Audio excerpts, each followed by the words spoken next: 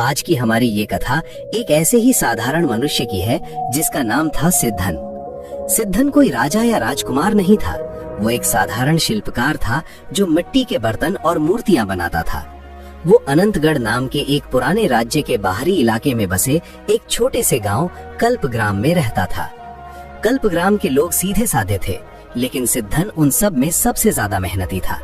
वो सुबह के सूरज निकलने से पहले अपनी चाक घुमाना शुरू कर देता और रात के अंधेरे तक मिट्टी से खेलता रहता।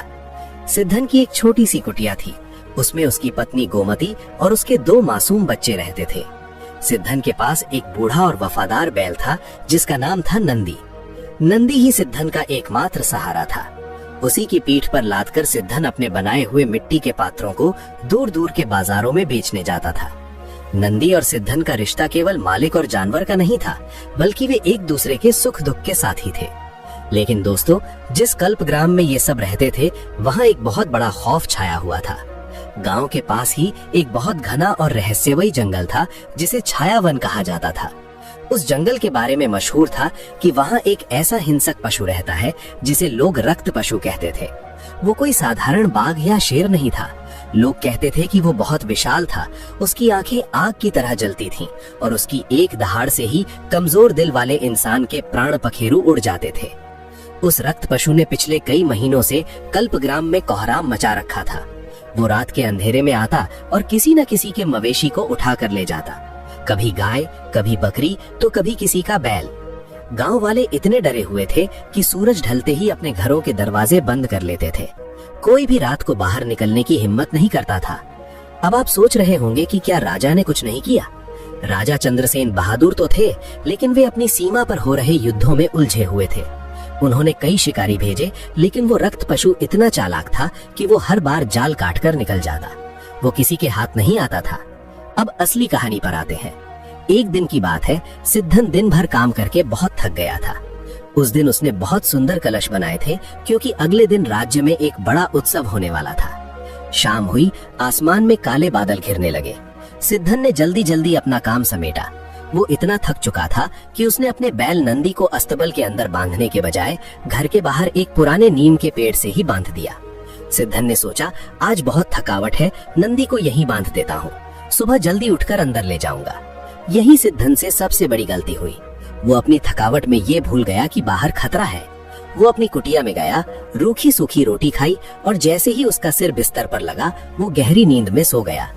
लेकिन बाहर प्रकृति अपना रौद्र रूप दिखाने को तैयार थी। रात के दूसरे पहर में एक बहुत भयानक तूफान आया। ऐसी बारिश शुरू हुई जैसी कल्पग्राम के लोगों ने सालों से नहीं देखी थी। बिजली कड़क रही थी, हवाएं ऐसी चल रही थीं जैसे पेड़ों को जड़ से उखाड़ देंगी। उसी तूफान के शोर में सिद्धन की नींद खुली। उसे अचानक याद आया कि उसका नंदी तो बाहर बंधा है। सिद्धन घबरा गया। वो अपनी पत्नी गोमती से बोला, गोमती, बाहर देखो कैसा तूफान है। नंदी अकेला भीग रहा होगा, वो डर रहा होगा, मुझे उसे लेकर आना चाहिए। गोमती ने उसे रोकने की कोशिश की। उसने कहा, स्वामी, बाहर बहुत अंधेरा है, बिजली गिर रही है, नंदी वहीं ठीक है, आप बाहर मत जाइए। लेकिन सिद्धन नहीं माना। उसे नंदी की चिंता थी। वो एक पुराना टाट का टुकड़ा ओढ़कर बाहर निकला, लेकिन बाहर जो उसने देखा उसके होश उड़ गए। नीम के पेड़ के पास नंदी नहीं था, सिर्फ टूटी हुई रस्सी पड़ी थी। सिद्धन चिल्लाया, नंदी, नंदी, लेकिन तूफान के शोर में उसकी आवाज दब गई। सिद्धन को लगा कि नंदी बिजली के कड़कने से डर गया होगा और रस्सी तोड़कर भाग गया होगा। उसे डर था कि कहीं नंदी जंगल की तरफ न चला जाए। अगर नंदी जंगल चला गया तो वो रक्त पशु उसे मार डालेगा। सिद्धन बिना सोचे समझे उस काली अंधेरी रात में मूसलाधार बारिश के बीच नंदी को ढूंढने निकल पड़ा। अब ध्यान दीजिए, यहीं से किस्मत अपना खेल शुरू करती है। सिद्धन कीचड़ में लथपथ बारिश में भीगता हुआ गांव की गलियों में भटक रहा था। वो हर झोपड़ी के पास जाकर देखता, लेकिन उसे नंदी कहीं नहीं मिला। भटकते भटकते वो गांव की सीमा पर पहुंचा, जहां एक पुरानी और टूटी हुई सराय थी। वो सराय सालों से वीरान पड़ी थी। उसी सराय के एक अंधेरे कोने में वो भयानक रक्त पशु यानी वो विशाल बाघ बारिश से बचने के लिए छिपा हुआ था। वो भी उस तूफान से परेशान था और सुस्ता रहा था। सिद्धन वहां पहुंचा। बिजली कड़की और उस हल्की सी रोशनी में सिद्धन को सराय के अंदर एक बड़ी सी परछाई दिखी। सिद्धन को लगा कि वो उसका बैल नंदी है। सिद्धन गुस्से से भर गया। उसे लगा कि वो इतनी देर से बारिश में भीग रहा है और उसका बैल यहाँ आराम से छिपा बैठा है। सिद्धन इतना गुस्से में था कि उसे दिखाई ही नहीं दिया कि वो बैल नहीं बल्कि साक्षात मौत है। वो सराय के अंदर घुसा। उसने पास पड़ी एक मोटी लकड़ी उठाई और दे दनादन उस जानवर की पीठ पर मारना शुरू कर दिया। भाइयों, आप कल्पना कीजिए, जंगल का सबसे खतरनाक जानवर जिससे शेर भी डरते थे, उसे एक मामूली शिल्पकार डंडे से पीट रहा था। वो रक्त पशु भी हैरान रह गया। उसने अपनी पूरी जिंदगी में कभी ऐसा इंसान नहीं देखा था जो उससे डरे नहीं बल्कि उसे पीट दे। उस जानवर के मन में एक अजीब सा डर बैठ गया। उसने सोचा, ये कौन सा जीव है? क्या ये कोई देवता है या कोई भयानक शिकारी? इसके हाथों की मार तो लोहे जैसी है। अगर मैंने इस पर हमला किया तो शायद ये मुझे मार डालेगा। जानवर ने अपनी रक्षा के लिए झुकना ही बेहतर समझा। सिद्धन ने गुस्से में उस जानवर के कान पकड़े और उसे घसीटते हुए बाहर ले आया। सिद्धन बड़बड़ा रहा था, चल घर, आज तुझे ऐसी सजा दूंगा कि तू फिर कभी भागने का नाम नहीं लेगा। सिद्धन ने वही टूटी हुई मोटी रस्सी उस जानवर के गले में डाल दी। वो जानवर जो एक झटके में सिद्धन के टुकड़े कर सकता था, वो डर के मारे भीगी बिल्ली बना उसके पीछे पीछे चलने लगा। रास्ते भर सिद्धन उसे गालियां देता रहा और कभी कभी डंडा भी रसीद कर देता। सिद्धन को लग रहा था कि नंदी के बाल आज बहुत अजीब लग रहे हैं, शायद बारिश की वजह से भीग कर चिपक गए हैं। उसे ये एहसास ही नहीं हुआ कि उसके हाथ नंदी के बालों पर नहीं बल्कि एक हिंसक बाघ की अयाल पर थे। लेकिन याद रखिए, ये वीरता नहीं थी, ये एक भयानक भ्रम था, और भ्रम की कीमत हमेशा बहुत बड़ी होती है। सिद्धन अपने घर पहुंचा। उसने उस जानवर को नीम के उसी पेड़ से उसी रस्सी के सहारे बहुत मजबूती से बांध दिया। उसने जानवर को डांटते हुए कहा, अब यहीं पड़ा रह, तुझे चारा सुबह मिलेगा। सिद्धन अंदर गया, कपड़े बदले और चैन की नींद सो गया। उसे लगा कि उसने अपना बैल बचा लिया। इधर वो रक्त पशु, वो भयानक बाघ नीम के पेड़ से बंधा हुआ कांप रहा था। वो भागने की कोशिश भी नहीं कर रहा था, क्योंकि उसे लग रहा था कि इस घर के अंदर रहने वाला इंसान कोई साधारण मनुष्य नहीं है। रात बीती, धीरे धीरे सुबह की पहली किरण आसमान में दिखने लगी। कल्पग्राम के लोग धीरे धीरे अपने घरों से बाहर निकलने लगे। रात के तूफान ने बहुत तबाही मचाई थी। लोग नुकसान देखने निकले थे। तभी गांव का एक चरवाहा सिद्धन के घर के पास से गुजरा। जैसे ही उसकी नजर सिद्धन के आंगन में पड़ी, उसके हाथ से दूध का बर्तन छूट गया। उसकी चीख निकल गई, शेर, शेर, सिद्धन के घर में शेर है। उसकी आवाज सुनकर लोग दौड़ पड़े। लाठी, डंडे, भाले लेकर लोग वहां पहुंचे। लेकिन वहां का नजारा देखकर सबकी सांसें थम गईं। कोई आगे बढ़ने की हिम्मत नहीं कर पा रहा था। सिद्धन के आंगन में नीम के पेड़ से वो खूंखार रक्त पशु बंधा हुआ था, वही जानवर जिसने गांव को हिला रखा था। वो सिर झुकाए शांति से खड़ा था। गांव वाले आपस में फुसफुसाने लगे, ये कैसे हो सकता है? सिद्धन ने इस काल को रस्सी से कैसे बांध दिया? क्या सिद्धन के पास कोई जादुई शक्ति है? तभी सिद्धन की नींद खुली। बाहर का शोर सुनकर वो अंगड़ाई लेते हुए बाहर निकला। वो अब भी नींद में था। वो बोला, क्या हुआ भाइयों, सुबह सुबह इतना शोर क्यों? क्या नंदी ने फिर कोई गड़बड़ की? मुखिया जी ने कांपती होली से आंगन की तरफ इशारा किया। सिद्धन ने अपनी आंखें मली और सामने देखा। सूरज की पूरी रोशनी अब उस जानवर पर पड़ रही थी। सिद्धन ने देखा कि जिसे उसने रात भर पीटा था, जिसे वो घसीट कर लाया था और जिसे उसने अपना बैल नंदी समझकर बांधा था, वो नंदी नहीं था, वो साक्षात यमराज का दूत, वो भयानक रक्त पशु था। सिद्धन के पैरों तले जमीन खिसक गई। उसके चेहरे का रंग सफेद पड़ गया, उसका गला सूख गया। उसे याद आया कि रात को उसने इस जानवर के कान खींचे थे, इसे डंडे से मारा था और इसकी पीठ पर हाथ फेरा था। सिद्धन की आंखों के सामने अंधेरा छाने लगा। उसे समझ आ गया कि वो मौत के कितना करीब था। लेकिन गांव वालों ने कुछ और ही समझ लिया। उन्होंने देखा कि सिद्धन कितना शांत खड़ा है। असल में वो डर के मारे जम गया था। उन्हें लगा कि सिद्धन इतना बहादुर है कि वो शेर के सामने भी नहीं डर रहा। पूरा गांव चिल्लाने लगा, सिद्धन की जय हो, सिद्धन महाबली है, सिद्धन ने रक्त पशु को पालतू बना लिया। यहीं से सिद्धन की जिंदगी पूरी तरह बदलने वाली थी, क्योंकि उसी समय राजा चंद्रसेन के गुप्तचर वहां से गुजर रहे थे। उन्होंने ये नजारा देखा और तुरंत घोड़े दौड़ा दिए राजमहल की ओर। राजा को एक ऐसे ही महाबली की तलाश थी जो उनके राज्य की सेना का नेतृत्व कर सके। सिद्धन, जो एक मिट्टी का बर्तन बनाने वाला डरपोक इंसान था, अब पूरे राज्य की नजर में एक महान योद्धा बन चुका था। लेकिन क्या होगा जब उसे सचमुच के युद्ध में भेजा जाएगा? क्या होगा जब उसे बिना रस्सी के, बिना अंधेरे के एक असली दुश्मन का सामना करना पड़ेगा? अचानक गांव के बाहर धूल का एक गुबार उठा। राजा के सैनिकों की एक टुकड़ी कल्पग्राम की ओर आ रही थी। उनके हाथों में राजसी झंडा था। सिद्धन कांप रहा था। वो सोच रहा था कि काश वो उस रात बाहर ना निकला होता। सैनिकों का सेनापति सिद्धन के सामने आकर रुका और बोला, वीर सिद्धन, राजा चंद्रसेन ने तुम्हें याद किया है। तुम्हें अभी इसी वक्त हमारे साथ राजमहल चलना होगा। दुश्मन ने सीमा पर हमला कर दिया है और राजा ने तुम्हें अपना नया प्रधान सेनापति नियुक्त करने का फैसला किया है। सिद्धन के मुंह से शब्द नहीं निकले। वो अपनी पत्नी गोमती की तरफ देख रहा था, जिसकी आंखों में डर था। पूरे गांव में जश्न था, लेकिन सिद्धन को लग रहा था कि उसकी अर्थी सजने वाली है।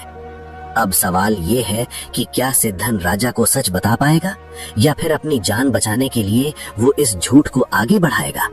और सबसे बड़ी बात, वो रक्त पशु जिसे उसने बांध रखा है, अगर उसकी रस्सी खुल गई तो वो सबसे पहले किसे अपना शिकार बनाएगा? जब राजा के सैनिक सिद्धन को लेने आए तो सिद्धन का कलेजा मुंह को आ रहा था। उसके हाथ पांव ठंडे पड़ चुके थे। वह कुछ कहना चाहता था। वह चिल्लाकर बताना चाहता था कि महाराज, मैं कोई वीर नहीं हूँ, मुझसे गलती हुई है। लेकिन भाइयों, यही किस्मत ने उसे चुप करा दिया। सिद्धन ने देखा कि अगर वह सच बोल देता है तो राजा और गांव वाले उसे क्या समझेंगे? वे समझेंगे कि उसने पूरी रात उनसे झूठ बोला। राजा को लगेगा कि एक साधारण कुम्हार ने उसे बेवकूफ बनाया। और प्राचीन समय में राजा को धोखा देने की सजा सिर्फ एक ही होती थी, मृत्युदंड। सिद्धन ने सोचा, अगर सच बोलूं तो अभी मारा जाऊंगा, और अगर झूठ के साथ चलूं तो शायद कुछ दिन और जी लूं। भाइयों, इस बात पर गौर कीजिए। अक्सर इंसान अपनी जान बचाने के लिए एक झूठ का सहारा लेता है, लेकिन उसे ये पता नहीं होता कि वो झूठ आगे चलकर उसके गले का फंदा बन जाएगा। सैनिकों ने सिद्धन को एक सजे धजे हाथी पर बैठाया। कल्पग्राम के लोग सिद्धन पर फूलों की बारिश कर रहे थे। गोमती अपनी झोपड़ी के दरवाजे पर खड़ी रो रही थी। वह गर्व से नहीं बल्कि डर से रो रही थी। उसे पता था कि उसका पति कितना सीधा है।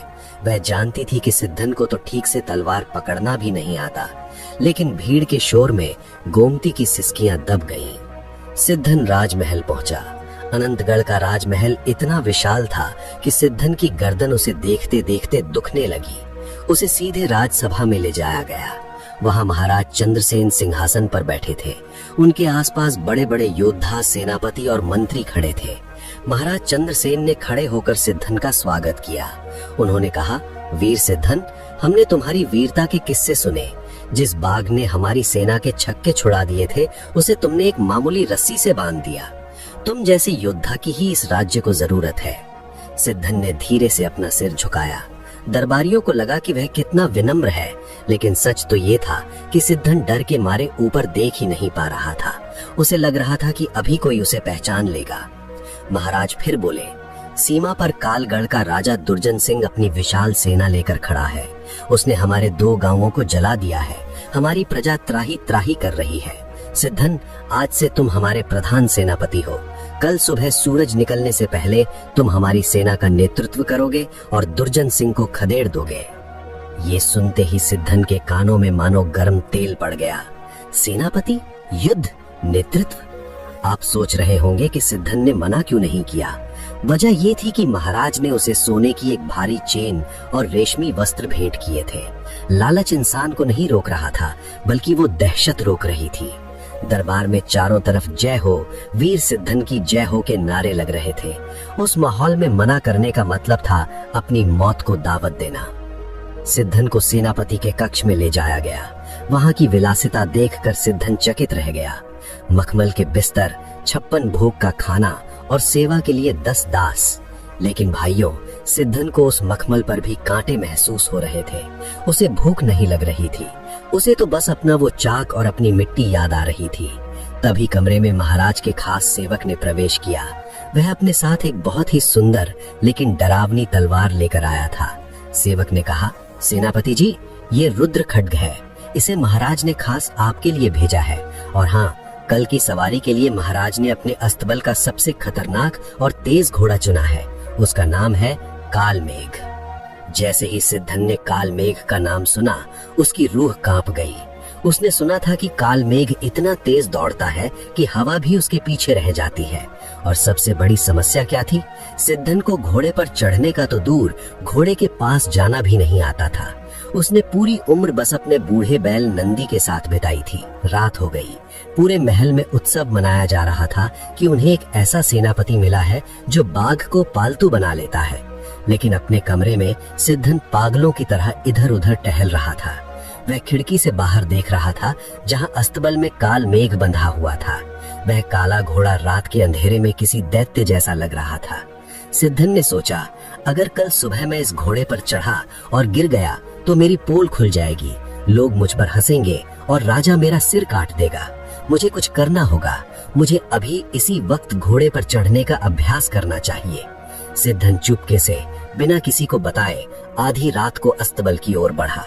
पहरेदार सो रहे थे या फिर उत्सव की मस्ती में थे। सिद्धन कालमेघ के पास पहुंचा। जैसे ही सिद्धन पास गया, कालमेघ ने जोर से हिनहिनाया। सिद्धन पीछे हट गया। उसने फुसफुसाते हुए कहा, अरे भाई शांत हो जा, मैं तेरा मालिक हूँ, मतलब कल से होऊंगा, बस मुझे अपनी पीठ पर बैठने दे। सिद्धन ने कई बार कोशिश की। वह घोड़े की पीठ पर चढ़ने की कोशिश करता, लेकिन घोड़ा इतना ऊंचा था कि सिद्धन चढ़ ही नहीं पाता। बार बार वो नीचे गिर जाता। उसे समझ आ गया कि वह इस घोड़े को काबू नहीं कर पाएगा। तभी उसके दिमाग में एक बुद्धिहीन विचार आया। उसने सोचा, अगर मैं घोड़े पर बैठ जाऊं और अपने पैरों को घोड़े की जीन से कसकर बांध लूं, तो मैं नीचे नहीं गिरूंगा। लोग समझेंगे कि मैं कितनी मजबूती से बैठा हूँ। सिद्धन ने अस्तबल में पड़ी एक मोटी रस्सी उठाई। उसने बड़ी मुश्किल से घोड़े की पीठ पर छलांग लगाई और कालमेघ की गर्दन को पकड़ लिया। फिर उसने अपने दोनों पैरों को घोड़े के पेट के नीचे से रस्सी घुमाकर कसकर बांध लिया। अब सिद्धन और घोड़ा एक हो चुके थे। सिद्धन चाहकर भी नीचे नहीं गिर सकता था। सिद्धन ने राहत की सांस ली। उसने सोचा, चलो कम से कम गिरने का डर नहीं है। लेकिन भाइयों, सिद्धन एक बात भूल गया था। उसने घोड़े को तो बांध लिया था, लेकिन उसने घोड़े की लगाम नहीं पकड़ी थी। और जैसे ही रस्सी का दबाव कालमेघ के पेट पर पड़ा, उस जंगली घोड़े को लगा कि कोई शिकारी उस पर हमला कर रहा है। कालमेघ ने अचानक एक भयानक चीख मारी और अपनी जगह से उछल पड़ा। उसने अस्तबल का दरवाजा तोड़ दिया और बिजली की गति से राजमहल के बाहर की ओर भागा। बचाओ, रोको, कोई रोको इसे, सिद्धन चिल्लाया। लेकिन पहरेदारों ने क्या देखा? उन्होंने देखा कि उनका नया सेनापति आधी रात को घोड़े पर सवार होकर बड़ी तेजी से युद्ध भूमि की ओर जा रहा है। एक पहरेदार चिल्लाया, देखो, वीर सिद्धन का जोश देखो। वे सुबह का भी इंतजार नहीं कर सके। वे अकेले ही दुश्मन को खत्म करने निकल पड़े हैं। धन्य है ऐसे वीर को। इधर सिद्धन की हालत क्या थी? वो घोड़े की गर्दन से लिपटा हुआ था। उसके पैर रस्सी से बंधे थे, इसलिए वो हिल भी नहीं पा रहा था। घोड़ा शहर की दीवारों को लांघकर खुले मैदानों की तरफ भाग रहा था। हवा उसके कानों में सीटी बजा रही थी। सिद्धन रो रहा था, हे विधाता, मुझे कुम्हार ही रहने देता। मुझे कहाँ इस मौत के मुंह में ढकेल दिया। घोड़ा भागता गया, भागता गया। सामने एक घना जंगल था। सिद्धन ने सोचा कि अगर घोड़ा जंगल में गया तो पेड़ों की टहनियां उसका सिर फोड़ देंगी। उसने अपनी जान बचाने के लिए सामने लटक रही एक विशाल बरगद की जड़ को पकड़ लिया। सिद्धन ने सोचा, मैं इस जड़ को पकड़ लेता हूँ, घोड़ा निकल जाएगा और मैं यहाँ लटका रहूंगा। भाइयों, यहाँ गौर कीजिए। सिद्धन अपनी जान बचाने के लिए उन टहनियों को मजबूती से पकड़े था, लेकिन देखने वालों को लगा कि वो उन पेड़ों से पूरी सेना को कुचलने आया है। दुश्मन के सैनिकों में भगदड़ मच गई। उन्होंने शोर मचाना शुरू कर दिया, भागो, भागो, ये वही सेनापति है जिसने बाघ को पकड़ा था। देखो, ये इंसानों से नहीं लड़ता, ये तो पेड़ों को उखाड़कर हमला करता है। राजा दुर्जन सिंह अपने तंबू से बाहर निकला। उसने देखा कि उसकी बहादुर सेना, जो कल तक युद्ध जीतने के सपने देख रही थी, आज पागलों की तरह भाग रही है। दुर्जन सिंह ने दूर से उस घुड़सवार को देखा। चांद की रोशनी में सिद्धन किसी साक्षात महाकाल जैसा लग रहा था। उसके हाथों के पेड़ हवा में ऐसी आवाज कर रहे थे जैसे हजारों तलवारें एक साथ चल रही हों। राजा दुर्जन सिंह का कलेजा कांप गया। उसने सोचा कि जिसका सेनापति इतना भयानक हो, उसका राजा कितना शक्तिशाली होगा। अगर ये एक पेड़ से हमारे शिविर को कुचल देगा तो हम में से कोई नहीं बचेगा। दुर्जन सिंह ने अपने सेनापति को बुलाया और कहा, युद्ध बंद करो, हम इस राक्षस से नहीं लड़ सकते। तुरंत संधि पत्र तैयार करो। हम महाराज चंद्रसेन की सभी शर्तें मानने को तैयार हैं। सिद्धन का घोड़ा रुका नहीं, वो शिविर के बीचों बीच से निकला। रास्ते में जो भी तंबू आया वो बरगद की टहनियों से उखड़ गया। लोग और भी डर गए। उन्हें लगा कि सेनापति जानबूझकर तबाही मचा रहा है। अंत में काल मेघ थक गया। वो एक पहाड़ी के पास जाकर धीरे हुआ। सिद्धन के पैर रस्सी से बंधे थे, इसलिए वो लहूलुहान हो चुका था। वो घोड़े की गर्दन पर ही बेहोश हो गया। सुबह हुई, धुंध छटी। कालगढ़ की सेना भाग चुकी थी। पीछे छोड़ गई थी तो बस अपना खजाना, हथियार और एक संधि पत्र। महाराज चंद्रसेन के गुप्तचरों ने ये सब देखा। वे दौड़ते हुए राजमहल पहुंचे। महाराज की जय हो, वीर सिद्धन की जय हो। बिना युद्ध किए ही दुश्मन भाग गया। महाराज चंद्रसेन की आंखों में खुशी के आंसू आ गए। उन्होंने कहा, सिद्धन ने मेरा गौरव बढ़ा दिया। उसने अकेले ही पूरी सेना को परास्त कर दिया। जाओ, उसे पूरे सम्मान के साथ लेके आओ।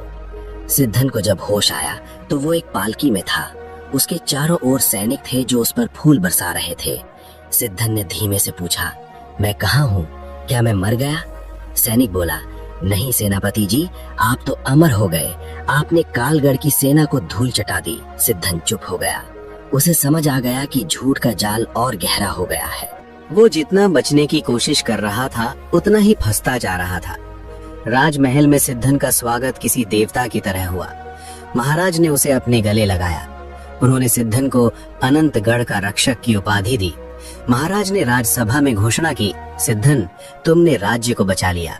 अब मैं चाहता हूँ कि तुम हमारी सेना को प्रशिक्षित करो। तुम उन्हें सिखाओ कि बिना हथियारों के पेड़ों से कैसे लड़ा जाता है।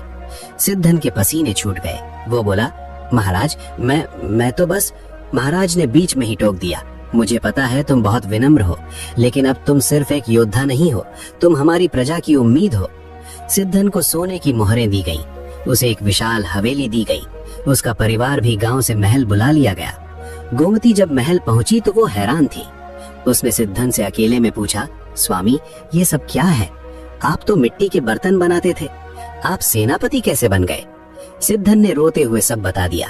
उसने बताया कि कैसे बाघ वाली बात एक गलती थी। उसने बताया कि कैसे घोड़े वाली बात एक दुर्घटना थी। गोमती डर गई। उसने कहा, स्वामी, हमें सच बता देना चाहिए, ये झूठ हमें ले डूबेगा। सिद्धन ने कहा, अब बहुत देर हो चुकी है गोमती। अगर अब सच बोला तो राजा हमें सूली पर चढ़ा देगा। हमें इस नाटक को जारी रखना होगा। दिन बीतने लगे। सिद्धन महल में आराम से रहने लगा, लेकिन उसकी रातों की नींद उड़ चुकी थी। उसे डर था कि किसी दिन कोई असली चुनौती आएगी और वो पकड़ा जाएगा। और भाइयों, वो दिन आ ही गया। महाराज चंद्रसेन के पास एक पड़ोसी राज्य शत्रुपुर से संदेश आया। शत्रुपुर का राजा एक क्रूर तांत्रिक था। उसने संदेश भेजा कि उसके पास एक ऐसा मायावी हाथी है जिसे कोई नहीं हरा सकता। उसने चुनौती दी कि अगर अनंतगढ़ का सेनापति उसके हाथी को हरा दे तो वो अपना राज्य छोड़ देगा। महाराज ने तुरंत सिद्धन को बुलाया। उन्होंने कहा, सिद्धन, अब समय आ गया है। उस मायावी हाथी को तुम्हें ही रोकना होगा। पूरी प्रजा तुम्हारी ओर देख रही है। सिद्धन का दिल बैठने लगा। हाथी, वो भी मायावी? सिद्धन ने सोचा, बाघ के समय अंधेरा था, घोड़े के समय रस्सी थी, लेकिन इस बार क्या होगा? इस बार तो मुझे सबके सामने उस हाथी से लड़ना होगा। सिद्धन ने बहाना बनाने की कोशिश की। उसने कहा, महाराज, मेरा स्वास्थ्य ठीक नहीं है। महाराज ने कहा, चिंता मत करो, हमारे राजवैद्य तुम्हारा उपचार करेंगे, लेकिन तुम्हें जाना ही होगा। ये राज्य के सम्मान की बात है। सिद्धन अपनी हवेली लौटा। उसने गोमती से कहा, अब अंत आ गया है। कल मैं उस हाथी के पैरों के नीचे कुचल दिया जाऊंगा। लेकिन तभी उसे याद आया वो बाघ, वो रक्त पशु जो अब भी उसके गांव में नीम के पेड़ से बंधा हुआ था। उसे राजा के आदेश पर वहां से हटाया नहीं गया था, बल्कि उसे सिद्धन की वीरता के प्रतीक के रूप में वहीं सुरक्षित रखा गया था। सिद्धन के दिमाग में एक खतरनाक विचार आया। उसने सोचा, अगर मैं उस बाघ को साथ लेकर युद्ध में जाऊं तो शायद हाथी डर जाए। आखिर जंगल का राजा तो बाघ ही होता है। सिद्धन ने राजा से विनती की, महाराज, मैं युद्ध में अकेले नहीं जाऊंगा। मैं अपने उस पालतू बाघ के साथ जाऊंगा जिसे मैंने अपने आंगन में बांधा है। राजा खुश हो गया। उसने कहा, वाह, बाघ और योद्धा की जोड़ी, ये तो इतिहास में पहली बार होगा। लेकिन भाइयों, क्या वो बाघ सिद्धन को पहचान पाएगा? क्या वो खूंखार जानवर जिसे सिद्धन ने डंडे से पीटा था अब उसका साथ देगा या उसे फाड़ खाएगा? अगले दिन सुबह पूरा राज्य उस मैदान में इकट्ठा हुआ जहां सिद्धन और मायावी हाथी का मुकाबला होना था। सिद्धन उस खूंखार बाघ की जंजीर थामे मैदान में उतरा। बाघ दहाड़ रहा था, लोग तालियां बजा रहे थे। सामने से वो मायावी हाथी आया। वो हाथी साधारण नहीं था, उसकी आंखों से अंगारे निकल रहे थे। वो चिंघाड़ते हुए सिद्धन की ओर बढ़ा। तभी एक ऐसी घटना घटी जिसने सबके रोंगटे खड़े कर दिए। जैसे ही हाथी पास आया, बाघ ने अपनी जंजीर तोड़ने की कोशिश की। सिद्धन ने जंजीर कसकर पकड़ी थी, लेकिन अचानक वो जंजीर सचमुच टूट गई। बाघ आजाद हो गया। अब मैदान में 3 लोग थे, एक खूंखार बाघ, एक मायावी हाथी और बीच में खड़ा हुआ बेचारा कांपता हुआ सिद्धन कुम्हार। अब असली मौत सामने थी। बाघ किसे पहले मारेगा, उस हाथी को या उस कुम्हार को जिसने रात भर पीटा था?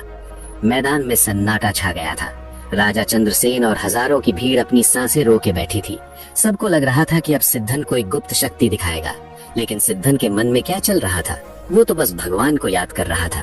वो सोच रहा था कि आज उसकी बोटी बोटी बच जाएगी या नहीं। वो खूंखार बाघ, जिसे हम रक्त पशु कहते थे, जंजीर टूटते ही दहाड़ा, लेकिन वो हाथी की तरफ नहीं झपटा। उसने मुड़कर सिद्धन की तरफ देखा। बाघ की पीली आंखों में वो रात याद आ गई। उसे याद आया कि इसी इंसान ने उसे अंधेरे में डंडे से पीटा था। उसे याद आया कि इसी इंसान ने उसके कान खींचे थे। बाघ के दिमाग में एक बात बैठ गई थी। वो समझता था कि सिद्धन कोई साधारण मनुष्य नहीं, बल्कि कोई बहुत बड़ा शिकारी या राक्षस है। वो सिद्धन से इतना डरता था कि उसने सिद्धन पर हमला करने की हिम्मत ही नहीं की। तभी वो मायावी हाथी पास आ गया। उस हाथी की आंखों में लाल चमक थी। वो अपनी सूंड उठाकर सिद्धन को कुचलने के लिए आगे बढ़ा। सिद्धन डर के मारे पीछे हटा और उसका पैर एक पत्थर से टकरा गया। सिद्धन पीछे की ओर गिरा, लेकिन गिरते गिरते उसके हाथ में वही टूटी हुई जंजीर आ गई। वो जंजीर अब भी बाघ के गले के एक पट्टे से जुड़ी थी। अब असली खेल शुरू होता है। जैसे ही सिद्धन गिरा, जंजीर में एक जोर का झटका लगा। बाघ को लगा कि उसका मालिक उसे हमला करने का इशारा कर रहा है, या शायद बाघ को लगा कि अगर वो नहीं लड़ा तो ये इंसान उसे फिर से डंडे से पीटेगा।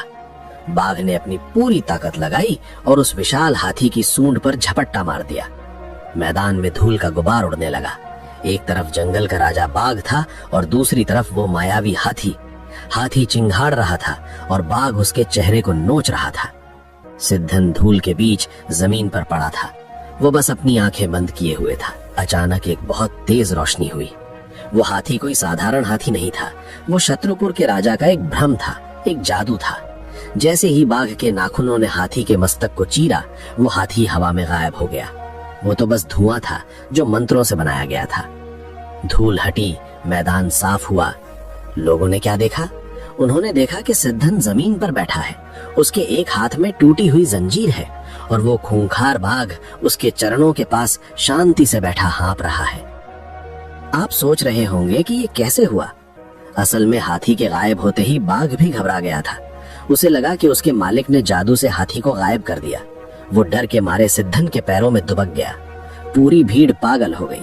सिद्धन महाबली की जय, सिद्धन देवता की जय के नारों से पूरा मैदान गूंज उठा। राजा चंद्रसेन दौड़ते हुए मैदान में आए। उन्होंने सिद्धन को गले लगा लिया। राजा बोले, सिद्धन, तुमने तो असंभव को संभव कर दिया। तुमने उस मायावी हाथी को मिट्टी में मिला दिया।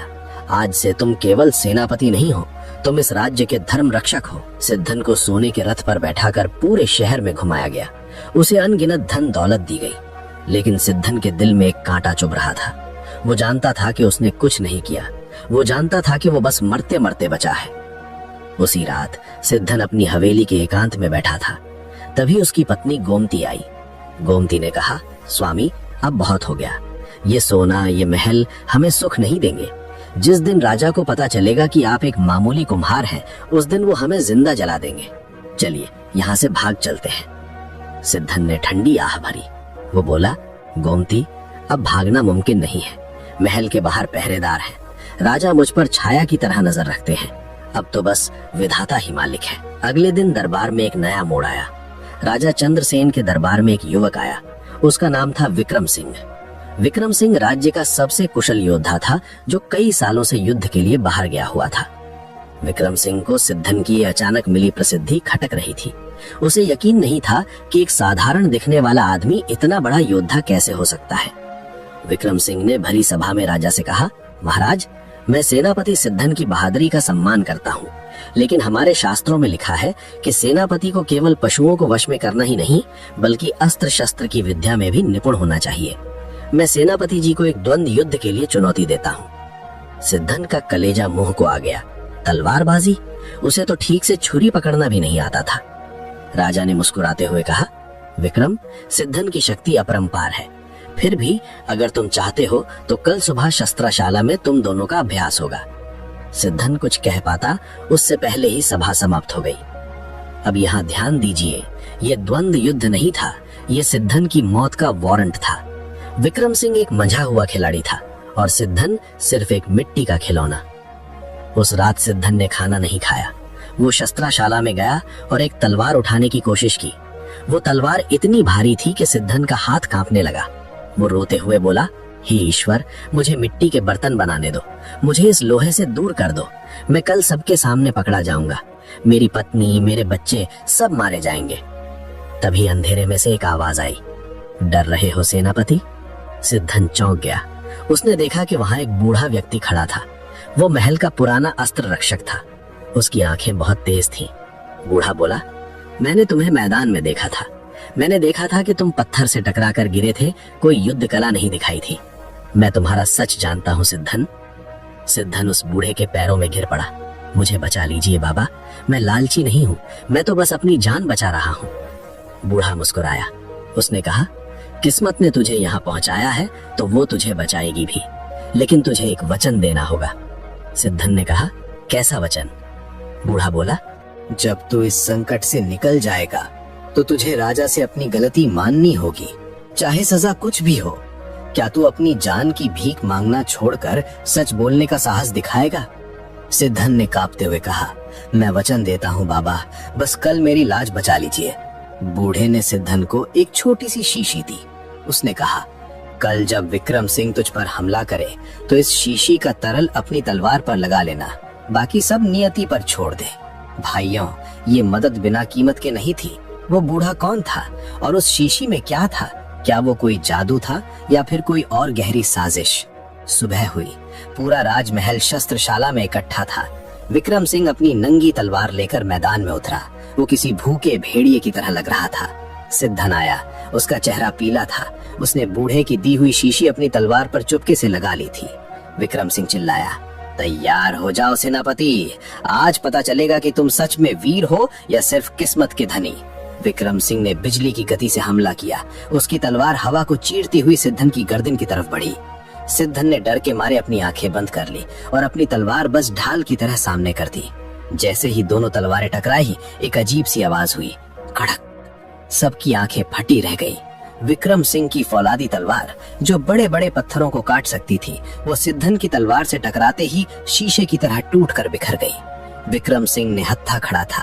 उसके हाथ में सिर्फ तलवार की मूठ बची थी। पूरा दरबार सन्न रह गया। राजा अपनी जगह से खड़े हो गए। ये क्या चमत्कार है? सिद्धन की तलवार में इतनी शक्ति? असल में उस शीशी में एक बहुत ही दुर्लभ और शक्तिशाली तेजाब जैसा रसायन था, जिसे उस बूढ़े ने बनाया था। उसने धातु को पल भर में कमजोर करने की विद्या सीखी थी। विक्रम सिंह हार मानकर घुटनों पर बैठ गया। उसने कहा, सेनापति, मैं हार गया। आपकी शक्ति अकल्पनीय है। सिद्धन जीत गया था। एक बार फिर वो बच गया था। राजा चंद्रसेन इतने प्रभावित हुए कि उन्होंने एक ऐसी घोषणा कर दी जिसने सिद्धन के पैरों के नीचे की जमीन ही खींच ली। राजा बोले, सिद्धन, तुम्हारी तलवार की ये शक्ति देखकर मैं निश्चिंत हो गया हूँ। अब मैं तुम्हें एक ऐसी जिम्मेदारी देता हूँ जो आज तक किसी को नहीं दी गई। हमारे राज्य के उत्तर में एक शापित किला है। वहाँ एक प्राचीन दैत्य का साया है। आज तक जो वहाँ गया वापस नहीं आया। आज तुम अकेले वहाँ जाओगे और उस किले का रहस्य खत्म करोगे। सिद्धन के हाथ से तलवार छूट कर गिर गई। अकेला? शापित किला? दैत्य? अब न वहाँ कोई घोड़ा था, न कोई बाघ और न ही कोई विक्रम सिंह। वहाँ थी तो बस साक्षात मृत्यु और एक पुराना शाप। सिद्धन ने उस बूढ़े अस्त्र रक्षक की तरफ देखा, लेकिन वो बूढ़ा कहीं नजर नहीं आ रहा था। अब असली संकट शुरू हुआ है। क्या सिद्धन उस शापित किले से वापस आएगा या फिर उसका झूठ उस अंधेरे किले की दीवारों में हमेशा के लिए दफन हो जाएगा?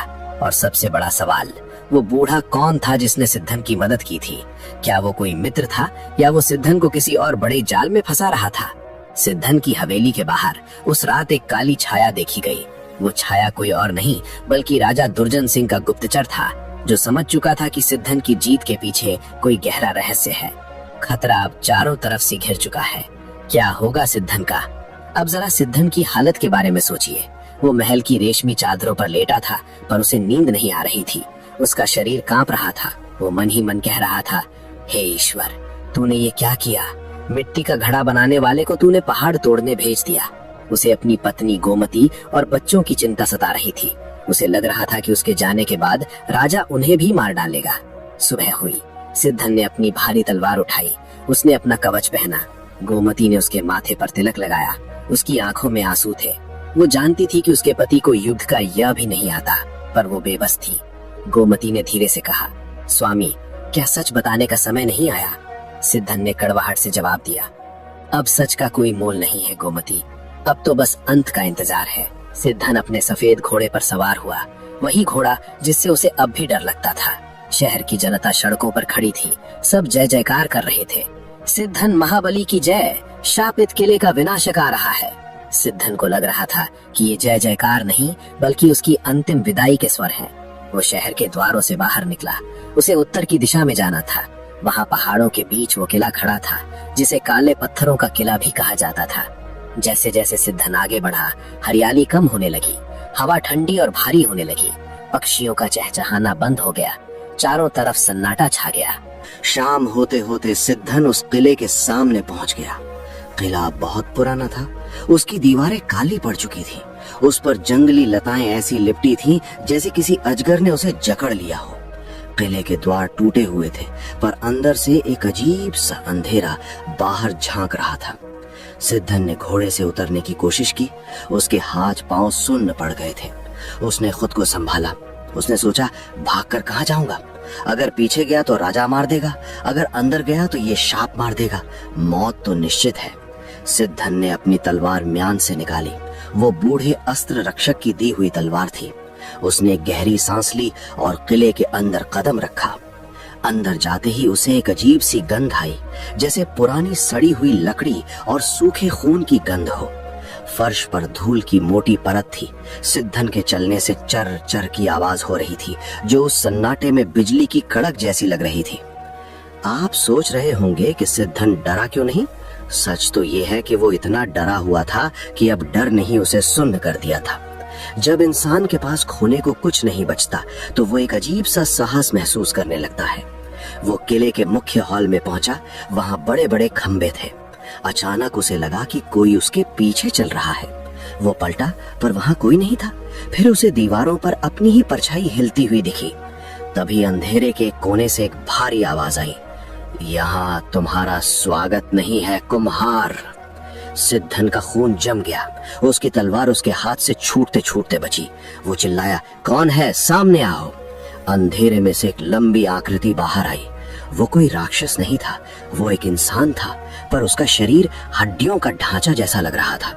उसके बाल सफेद और लंबे थे। उसकी आंखें गड्ढों में धंसी हुई थी, पर उनमें एक अजीब सी चमक थी।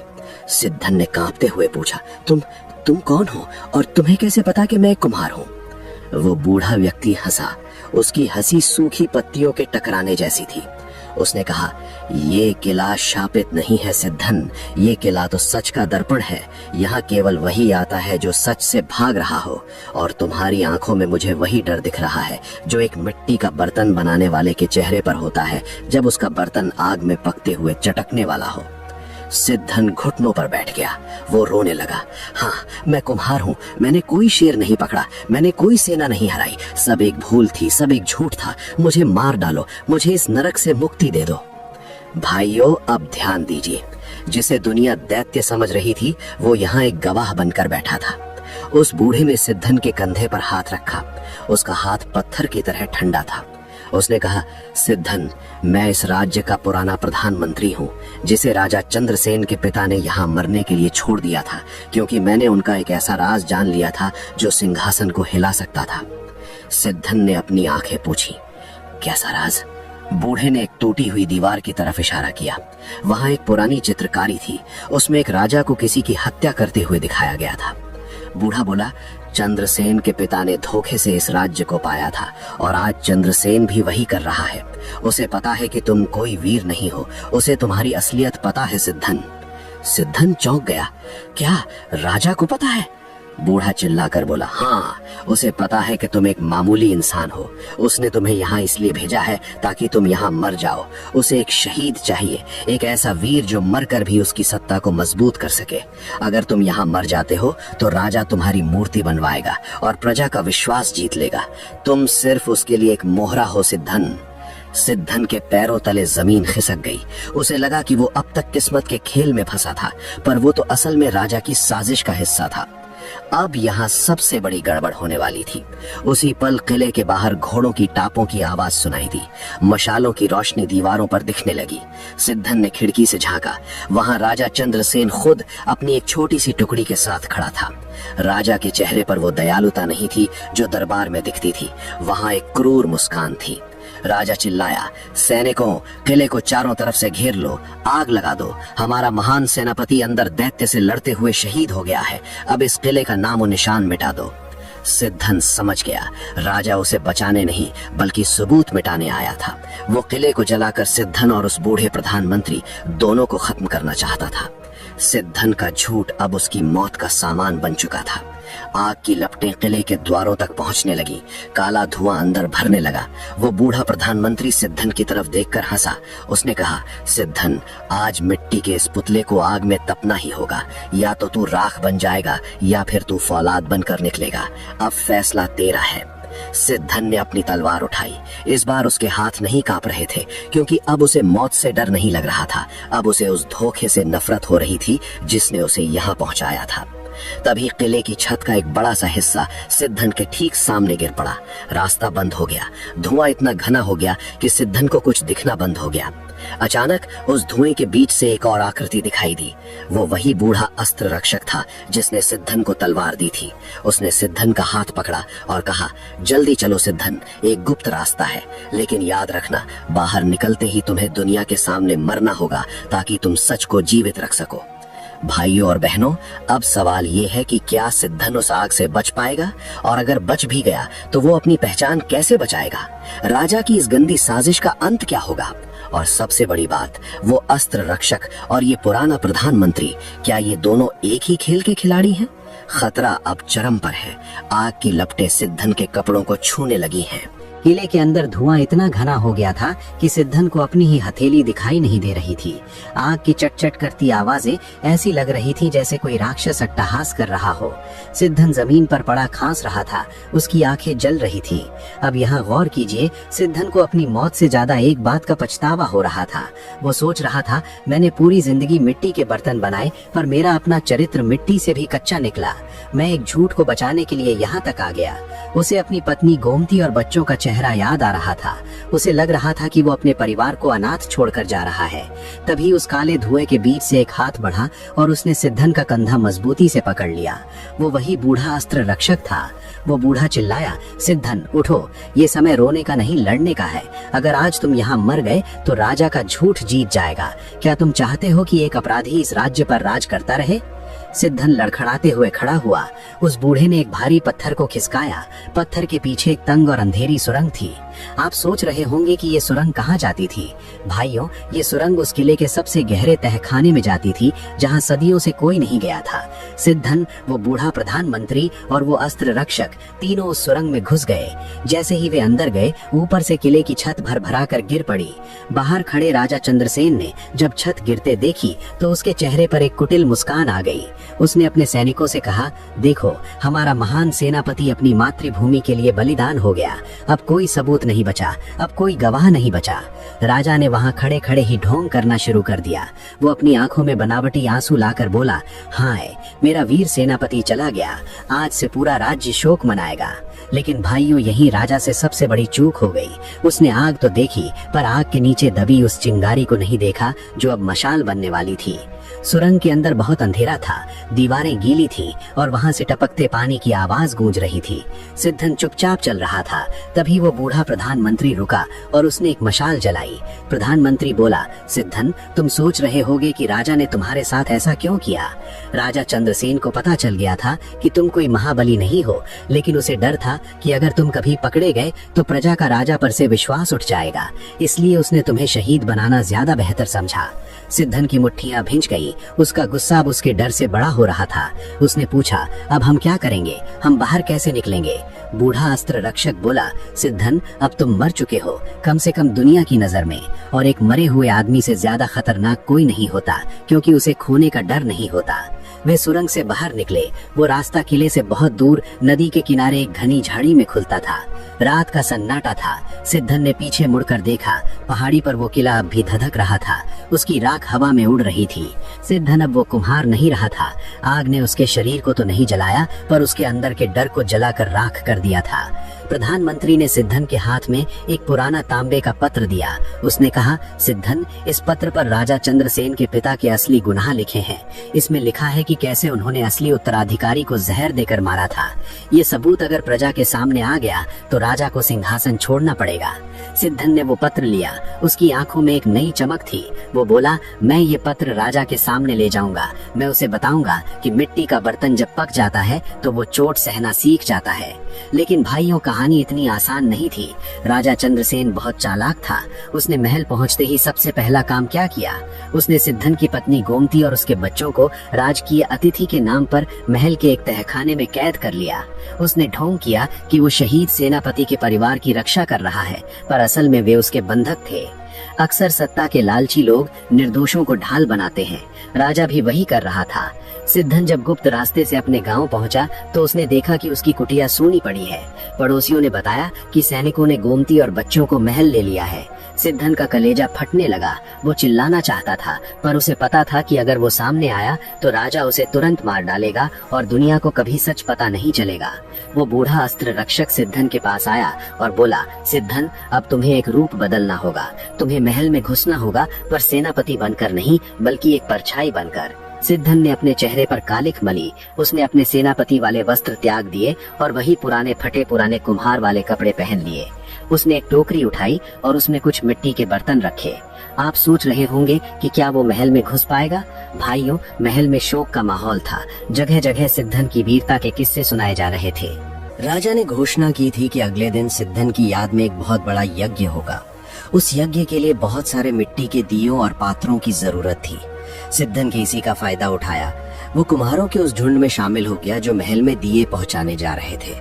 पहरेदारों ने उसे नहीं पहचाना, क्योंकि उसके चेहरे पर धूल और कालिख थी और उसकी आंखों में अब वो डर नहीं था जो पहले हुआ करता था। वो महल के अंदर पहुंचा। उसने देखा कि महल को सफेद कपड़ों से सजाया गया है। हर तरफ दिखावे का शौक था। राजा चंद्रसेन ऊंचे आसन पर बैठा मंत्रियों से बातें कर रहा था। सिद्धन ने देखा कि कोने में वही विक्रम सिंह खड़ा था जिसकी तलवार सिद्धन ने तोड़ी थी। विक्रम सिंह की आंखों में शक था। वो बार बार सैनिकों से कुछ पूछ रहा था। सिद्धन बर्तनों की टोकरी लेकर उस तरफ बढ़ा जहां रसोइया और भंडार गृह था। उसे पता लगाना था कि गोमती और बच्चे कहाँ हैं। तभी उसने दो सैनिकों को बात करते सुना। एक सैनिक कह रहा था, बेचारी सेनापति की पत्नी, उसे क्या पता कि उसका पति तो राजा की साजिश की बलि चढ़ गया। अब राजा उसे और बच्चों को जहर देने की योजना बना रहा है ताकि कोई भी सबूत न बचे। दूसरा सैनिक बोला, चुप रह, दीवार के भी कान होते हैं। बस कल के यज्ञ का इंतजार कर। जैसे ही यज्ञ समाप्त होगा उनका अंत भी हो जाएगा। भाइयों, सिद्धन के पैरों तले जमीन खिसक गई। कल का सूरज गोमती और उसके बच्चों के लिए आखिरी सूरज होने वाला था। सिद्धन का हाथ कांपने लगा। एक बर्तन उसके हाथ से छूटकर फर्श पर गिर पड़ा। टन की आवाज हुई। विक्रम सिंह जो पास ही खड़ा था उस आवाज से चौकन्ना हो गया। उसने अपनी नजर घुमाई और उसकी नजर उस मैले कुचले कुम्हार पर पड़ी।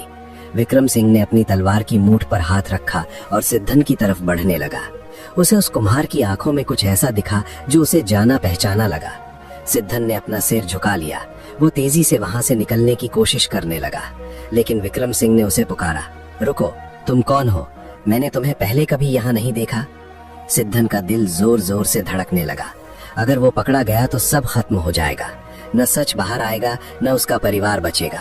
विक्रम सिंह ने सिद्धन का हाथ मजबूती से पकड़ लिया। उसने धीरे से कहा, तुम जो भी हो पर एक मामूली कुम्हार तो नहीं हो। तुम्हारी आंखों में वो चमक है जो केवल मौत को करीब से देखने वाले की आंखों में होती है। सिद्धन का कलेजा धड़क रहा था, पर अब उसमें वो पुराना डर नहीं था। उसने अपनी नजरें नहीं झुकाई। अब यहाँ ध्यान दीजिए सिद्धन ने क्या किया। सिद्धन ने धीरे से अपना चेहरा विक्रम सिंह के कान के पास किया। उसने फुसफुसा कर कहा, विक्रम सिंह, तुम एक योद्धा हो। क्या तुम्हारी तलवार केवल निर्दोषों का खून बहाने के लिए है या फिर उस राजा की रक्षा के लिए जिसने अपनी ही प्रजा के रक्षक को आग में झोंक दिया? विक्रम सिंह चौंक गया। उसने हाथ ढीला कर दिया। उसने पहचान लिया, ये वही मृत सेनापति सिद्धन था। पर उसे यकीन नहीं हो रहा था कि जो आदमी कल तक तलवार से डरता था, आज उसकी आवाज में इतनी गूंज कहां से आई। विक्रम सिंह ने धीमी आवाज में पूछा, तुम जीवित कैसे बचे और यहाँ क्यों आए हो? अगर राजा ने देख लिया तो तुम और तुम्हारा परिवार एक पल भी नहीं बचोगे। सिद्धन ने जवाब दिया, मैं अपने परिवार के लिए ही यहाँ आया हूँ और उस सच के लिए जिसे राजा ने राख के नीचे दबाने की कोशिश की। विक्रम सिंह, क्या तुम सच का साथ दोगे? भाइयों और बहनों, यहाँ पर एक बहुत बड़ी बात होने वाली थी। विक्रम सिंह खुद राजा की हरकतों से दुखी था। वो एक ईमानदार सैनिक था। उसने सिद्धन की आंखों में देखा और उसे लगा कि असली वीरता मिट्टी के बर्तनों में नहीं बल्कि इस आदमी के साहस में है। विक्रम सिंह ने कहा, सिद्धन, कल सुबह का यज्ञ राजा का आखिरी खेल होगा। उसने गोमती और बच्चों के भोजन में कालकूट जहर मिलाने का आदेश दिया है। जैसे ही यज्ञ की अंतिम आहुति होगी तुम्हारा परिवार खत्म हो जाएगा। तुम्हें जल्दी करनी होगी। सिद्धन के आंखों में खून उतर आया। गुस्सा ऐसा था कि वो वहीं राजा का गला घोंट देता, पर उसे पता था कि राजा के पास हजारों सैनिक हैं। उसे दिमाग से काम लेना था। आप सोच रहे होंगे कि सिद्धन अकेला क्या कर पाएगा। यहीं पर उस पुराने प्रधानमंत्री और अस्त्र रक्षक की सीख काम आई। सिद्धन ने विक्रम सिंह से एक मदद मांगी। उसने कहा, विक्रम, मुझे तहखाने का रास्ता दिखाओ और कल सुबह जब राजा यज्ञ के लिए बैठे तो तुम प्रजा को सच बताने के लिए तैयार रहना। रात का अंधेरा गहरा था। विक्रम सिंह ने पहरेदारों को हटा दिया। सिद्धन चुपचाप तहखाने की ओर बढ़ा। वहां का नजारा देखकर सिद्धन का दिल रो पड़ा। एक सीलन भरे कमरे में गोमती बैठी थी। उसके बच्चे उसकी गोद में सो रहे थे। उनके चेहरे सूख गए थे। सिद्धन ने धीरे से पुकारा, गोमती। गोमती चौंक गई। उसे लगा कि वो सपना देख रही है। जब उसने सिद्धन को छुआ तो उसके आंसू फूट पड़े। सिद्धन ने उसके मुंह पर हाथ रखा और कहा, चुप रहो गोमती, शोर मत करो। मैं तुम्हें यहाँ से ले जाने आया हूँ। लेकिन भाइयों, यहाँ सबसे बड़ी रुकावट खड़ी हो गई। तहखाने का मुख्य दरवाजा बाहर से बंद था और उसकी चाबी केवल राजा के खास सेवक के पास थी। और सबसे बड़ी मुसीबत ये थी कि राजा ने आदेश दिया था कि अगर कोई भी तहखाने के पास दिखे तो उसे तुरंत मार दिया जाए। सिद्धन ने गोमती से कहा, तुम डरो मत। कल जब राजा यज्ञ के लिए बैठेगा तो पूरे राज्य की नजर उस पर होगी। उसी समय हमें बाहर निकलना होगा। अगली सुबह हुई। सूरज की पहली किरण के साथ ही राजमहल के आंगन में यज्ञ शुरू हुआ। चारों तरफ मंत्रों की गूंज थी। राजा चंद्रसेन रेशमी वस्त्र पहनकर बैठा था। उसके चेहरे पर शांति थी, पर दिल में शैतान। वो सोच रहा था कि आज सिद्धन का नाम और निशान हमेशा के लिए मिट जाएगा। अब यहाँ ध्यान दीजिए, राजा की सबसे बड़ी चाल क्या थी। राजा ने प्रजा को बुलाया था ताकि सब देखें कि वो अपने शहीद सेनापति के परिवार को कितना प्यार करता है। उसने सोने की थालियों में भोजन मंगवाया, वही भोजन जिसमें जहर मिला हुआ था। राजा ने जोर से कहा, हे प्रजाजनों, हमारे वीर सिद्धन की आत्मा की शांति के लिए आज मैं उनके परिवार को अपने हाथों से भोजन कराऊंगा। ये मेरा उनके प्रति सम्मान है। पूरी प्रजा तालियां बजाने लगी। सबको लग रहा था कि राजा कितना दयालु है। तभी महल के मुख्य द्वार पर एक हलचल हुई। एक कुम्हार फटे पुराने कपड़ों में भीड़ को चीरता हुआ आगे बढ़ा। उसके पीछे विक्रम सिंह और कुछ वफादार सैनिक थे। वो कुम्हार चिल्लाया, रुको महाराज, ये भोजन सम्मान नहीं बल्कि हत्या का सामान है। राजा का चेहरा पीला पड़ गया। उसने देखा कि वो कुम्हार कोई और नहीं बल्कि सिद्धन था। पूरी भीड़ सन्न रह गई। लोग चिल्लाने लगे, ये तो सिद्धन है, ये जीवित कैसे है? सिद्धन ने हाथ में वो तांबे का पत्र लहराया। उसने चिल्लाकर कहा, महाराज, आपने मुझे आग में जलाया ताकि आपका पाप छिप सके, पर सत्य कभी नहीं जलता। इस पत्र में आपके पिता का और आपका काला सच लिखा है। राजा बौखला गया। वो चिल्लाया, पकड़ लो इस पाखंडी को, ये सिद्धन नहीं कोई बहरूपिया है, इसे अभी मार डालो। सैनिक आगे बढ़े, पर विक्रम सिंह ने अपनी तलवार निकाल ली। विक्रम सिंह गरजा, खबरदार, जो भी आगे बढ़ा उसका सिर धड़ से अलग कर दूंगा। ये सचमुच हमारे सेनापति सिद्धन हैं और राजा ने इनके साथ गद्दारी की है। भाइयों और बहनों, यहाँ स्थिति बहुत भयानक हो गई थी। एक तरफ राजा के वफादार सैनिक थे और दूसरी तरफ विक्रम सिंह के साथ वो सैनिक जो सच जान चुके थे। प्रजा के बीच भगदड़ मच गई। सिद्धन ने वो थाली उठाई जिसमें जहर मिला भोजन था। उसने राजा की आंखों में आंखें डालकर कहा, महाराज, अगर ये भोजन पवित्र है तो पहले आप इसे चखिए। अपनी प्रजा के सामने ये साबित कीजिए कि आप निर्दोष हैं। राजा का हाथ कांपने लगा। वो पीछे हटने लगा। प्रजा समझ गई कि कुछ तो काला है। लोग चिल्लाने लगे, महाराज भोजन खाइए, सच साबित कीजिए। राजा ने अपनी तलवार निकाली और पागलों की तरह हंसने लगा। उसने कहा, हाँ, मैंने किया ये सब। मैं राजा हूँ और मेरी मर्जी ही कानून है। इस मामूली कुम्हार की हिम्मत कैसे हुई मुझे चुनौती देने की? यही राजा ने सबसे बड़ी गलती कर दी। उसने अपना जुर्म सबके सामने मान लिया। राजा ने सिद्धन पर हमला करने के लिए तलवार उठाई। सिद्धन ने हत्था था, पर भाइयों, इस बार सिद्धन भागा नहीं। उसने वही किया जो एक कुम्हार करता है। उसने पास पड़ा एक भारी मिट्टी का कलश उठाया और पूरी ताकत से राजा की ओर फेंका। कलश राजा के सिर पर लगा और वो लड़खड़ाकर गिर पड़ा। उसी समय प्रजा ने महल पर धावा बोल दिया। राजा के वफादार सैनिक डरकर भाग खड़े हुए, लेकिन असली खतरा अभी टला नहीं था। महल के ऊंचे बुर्ज पर शत्रुपुर के राजा का वो गुप्तचर खड़ा था जिसने आग लगवाई थी। उसने देखा कि राजा चंद्रसेन हार रहा है। उसने एक जहरीला तीर निकाला और सिद्धन की ओर निशाना साधा। पार्ट 12। वो जहरीला तीर सिद्धन को लगने ही वाला था, लेकिन तभी नियति ने अपना खेल दिखाया। सिद्धन अपनी पत्नी गोमती और बच्चों की ओर दौड़ रहा था। जैसे ही तीर उसके करीब पहुंचा, सिद्धन का पैर उसी मिट्टी के कलश के टुकड़ों पर पड़ा जो उसने राजा पर फेंका था। सिद्धन अचानक लड़खड़ा कर नीचे झुक गया। वो तीर सिद्धन के सिर के ऊपर से निकलता हुआ सीधे उस स्तंभ में जा धंसा जिसके पीछे राजा चंद्रसेन खड़ा होकर संभलने की कोशिश कर रहा था। वो गुप्तचर तो सिद्धन को मारना चाहता था, लेकिन उसने अनजाने में अपने ही साथी राजा को घायल कर दिया। राजा दर्द से कराह उठा। जहर अपना काम करने लगा था। राजा का शरीर नीला पड़ने लगा। गुप्तचर ने जब देखा कि उसका निशाना चूक गया और राजा ही घायल हो गया तो वो भागने लगा, लेकिन हमारे वीर योद्धा विक्रम सिंह की नजर उस पर पड़ चुकी थी। विक्रम सिंह ने अपनी म्यान से एक छोटी छुरी निकाली और बिजली की गति से उस गुप्तचर की ओर फेंकी। छुरी गुप्तचर के पैर में लगी और वो धड़ाम से नीचे गिर पड़ा। सैनिकों ने उसे तुरंत दबोच लिया, लेकिन माहौल अभी भी तनावपूर्ण था। प्रजा चिल्ला रही थी, गद्दार राजा को दंड दो, सिद्धन महाबली को राजा बनाओ। तभी भीड़ को चीरते हुए वो बूढ़ा प्रधानमंत्री और वो अस्त्र रक्षक सामने आए। उनके साथ वो रक्त पशु यानी वो बाघ भी था जिसे सैनिकों ने फिर से जंजीरों में बांध लिया था। लेकिन इस बार बाघ शांत था, जैसे वो भी इस न्याय का गवाह बनने आया हो। बूढ़े प्रधानमंत्री ने ऊंचे स्वर में कहा, प्रजाजनों, शांत हो जाइए। आज इस राज्य की मिट्टी ने अपना कर्ज चुकाया है। राजा चंद्रसेन ने न केवल अपने पिता के पद का दुरुपयोग किया, बल्कि इस मासूम कुम्हार को भी अपनी साजिश का हिस्सा बनाया। सिद्धन धीरे से खड़ा हुआ। उसने अपने बच्चों को गले लगाया और गोमती का हाथ पकड़ा। उसकी आंखों में अब वो डर नहीं था, बल्कि एक सुकून था। लेकिन यहाँ एक चेतावनी पर गौर कीजिए। ये जीत सिद्धन की वीरता की नहीं, बल्कि उसके सच बोलने के साहस की थी। राजा चंद्रसेन जमीन पर पड़ा तड़प रहा था। जहर उसके शरीर में फैल रहा था। उसने कांपते हुए सिद्धन की तरफ हाथ फैलाया और बोला, मुझे बचा लो सिद्धन, तुम तो दयालु हो, मुझे क्षमा कर दो। सिद्धन राजा के पास गया।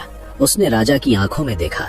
सिद्धन बोला, महाराज, मिट्टी का बर्तन जब कच्चा होता है तो उसे जैसा चाहो वैसा मोड़ सकते हो। आपने मुझे अपने झूठ के सांचे में ढालने की कोशिश की, लेकिन आग में तपकर मिट्टी पक्की हो जाती है। आपने मुझे उस शापित किले की आग में झोंका जहां मेरा सारा झूठ जल गया और केवल सत्य बच गया। मैं आपको क्षमा करने वाला कोई नहीं होता। आपको आपकी करनी की सजा मिल चुकी है। तभी राजवैद्य को बुलाया गया। उन्होंने राजा को जहर का काट तो दिया, लेकिन राजा का एक हाथ हमेशा के लिए बेकार हो गया। वो अब कभी तलवार नहीं उठा सकता था। अब असली सवाल ये था कि राज्य का क्या होगा। भीड़ चिल्लाने लगी, सिद्धन हमारा राजा होगा, जिसने बाघ को जीता, जिसने दुश्मन की सेना को भगाया और जिसने साक्षात काल को मात दी, वही हमारा राजा बनेगा। प्रधानमंत्री ने सिद्धन के सिर पर राजमुकुट रखने के लिए हाथ बढ़ाया। उन्होंने कहा, सिद्धन, तुम इस राज्य के सबसे योग्य व्यक्ति हो। तुमने साबित किया है कि पद से नहीं बल्कि कर्म से इंसान महान होता है। स्वीकार करो ये सिंहासन। सिद्धन ने अपना सिर झुकाया और राजमुकुट को छूने से मना कर दिया। दरबार में सन्नाटा छा गया। लोग हैरान थे, भला कौन ऐसा मूर्ख होगा जो राजपाट ठुकरा देगा। सिद्धन बोला, क्षमा करें प्रधानमंत्री जी, लेकिन मैं राजा नहीं बन सकता। मैं एक कुम्हार हूँ और कुम्हार ही रहना चाहता हूँ। प्रजा में फुसफुसाहट शुरू हो गई। क्यों? आप इतने बहादुर हैं, आप क्यों नहीं राजा बनना चाहते? सिद्धन ने मुस्कुराकर अपनी पत्नी और बच्चों की तरफ देखा। उसने कहा, भाइयों, मैंने इस राजसी सुख और वीरता के ढोंग में अपनी रातों की नींद खो दी थी। जब तक मैं सेनापति रहा, मैं हर पल मौत के डर में जिया। मैंने झूठ बोला और उस झूठ ने मुझे लगभग मार ही डाला था। मुझे समझ आ गया है कि असली सुख महलों में नहीं बल्कि अपनी मेहनत की रोटी में है। मुझे अपनी वही मिट्टी की सौंधी खुशबू पसंद है। मुझे अपने वही पुराने चाक की आवाज पसंद है। सिद्धन ने प्रधानमंत्री से विनती की, इस राज्य को एक सच्चे उत्तराधिकारी की जरूरत है। आप योग्य हैं, आप इस राज्य को संभालें। विक्रम सिंह जैसे योद्धा आपकी रक्षा करेंगे। मुझे बस वापस मेरे गांव जाने की अनुमति दें। आप सोच रहे होंगे कि सिद्धन ने इतनी बड़ी संपत्ति क्यों छोड़ दी। वजह ये थी कि सिद्धन जान गया था कि शांति सोने के मुकुट में नहीं बल्कि साफ मन में होती है। प्रधानमंत्री की आंखों में आंसू आ गए। उन्होंने कहा, सिद्धन, तुम्हारी महानता का कोई अंत नहीं है। तुमने सिंहासन ठुकराकर ये साबित कर दिया कि तुम दुनिया के सबसे धनी व्यक्ति हो। ठीक है, हम तुम्हारी इच्छा का सम्मान करते हैं। राजा चंद्रसेन को राजमहल से निकाल दिया गया और उन्हें एक साधारण सेवक की तरह रहने का आदेश दिया गया ताकि वे अपनी प्रजा का दुख समझ सके। शत्रुपुर के राजा के साथ संधि हुई और उसे चेतावनी दी गई कि अगर फिर कभी हमला किया तो इस बार पूरा राज्य एक होकर लड़ेगा। सिद्धन अपने परिवार के साथ वापस कल्पग्राम लौटा। लेकिन रुकिए, कहानी का अंत यहाँ नहीं है। एक बात अभी भी बाकी थी, वो बाघ। जब सिद्धन अपने गांव पहुंचा तो उसने देखा कि वो रक्त पशु यानी वो बाघ अब भी राजा के सैनिकों द्वारा उसके आंगन में लाया गया है। सैनिक उसे वापस जंगल छोड़ने जा रहे थे। सिद्धन ने बाघ के पास जाकर उसके सिर पर हाथ रखा। इस बार उसके हाथ नहीं कांप रहे थे और वो खूंखार जानवर, उसने बिल्ली की तरह अपना सिर सिद्धन के पैरों में रगड़ दिया। सिद्धन ने मुस्कुराकर कहा, जाओ भाई, अब तुम भी आजाद हो और मैं भी। सैनिकों ने बाघ को जंगल में छोड़ दिया। कहते हैं कि उसके बाद उस बाघ ने कभी किसी गांव वाले पर हमला नहीं किया। लोग कहते थे कि उस बाघ ने भी सिद्धन से दया का पाठ सीख लिया था। सिद्धन फिर से अपनी कुटिया में रहने लगा। उसने अपना पुराना चाक निकाला। अब वो पहले से भी सुंदर बर्तन बनाने लगा। उसके बर्तनों की ख्याति पूरे देश में फैल गई। लोग दूर दूर से वीर कुम्हार के हाथ के बने बर्तन खरीदने आते थे। सिद्धन अब एक सुखी आदमी था। शाम को वो नीम के पेड़ के नीचे बैठता, गोमती उसे चाय देती और बच्चे उसके आसपास खेलते। उसके पास सोने की मोहरें नहीं थी, पर उसके पास वो चैन की नींद थी जो राजाओं को भी नसीब नहीं होती। राजमहल में अब प्रधानमंत्री शासन करते थे और विक्रम सिंह सेनापति बने। उन्होंने सिद्धन के घर के पास एक छोटा सा स्मृति स्तंभ बनवाया जिस पर लिखा था, सत्य की विजय। सिद्धन के बच्चे बड़े हुए, उन्होंने भी वही शिल्पकारी सीखी। सिद्धन ने उन्हें सिखाया कि मिट्टी से जब भी कुछ बनाओ तो उसमें अपना सच डालना, क्योंकि मिट्टी तो टूट सकती है पर सच हमेशा अमर रहता है। अगर आपको हमारी कहानी पसंद आई हो तो वीडियो को लाइक करें और चैनल को सब्सक्राइब करें। धन्यवाद।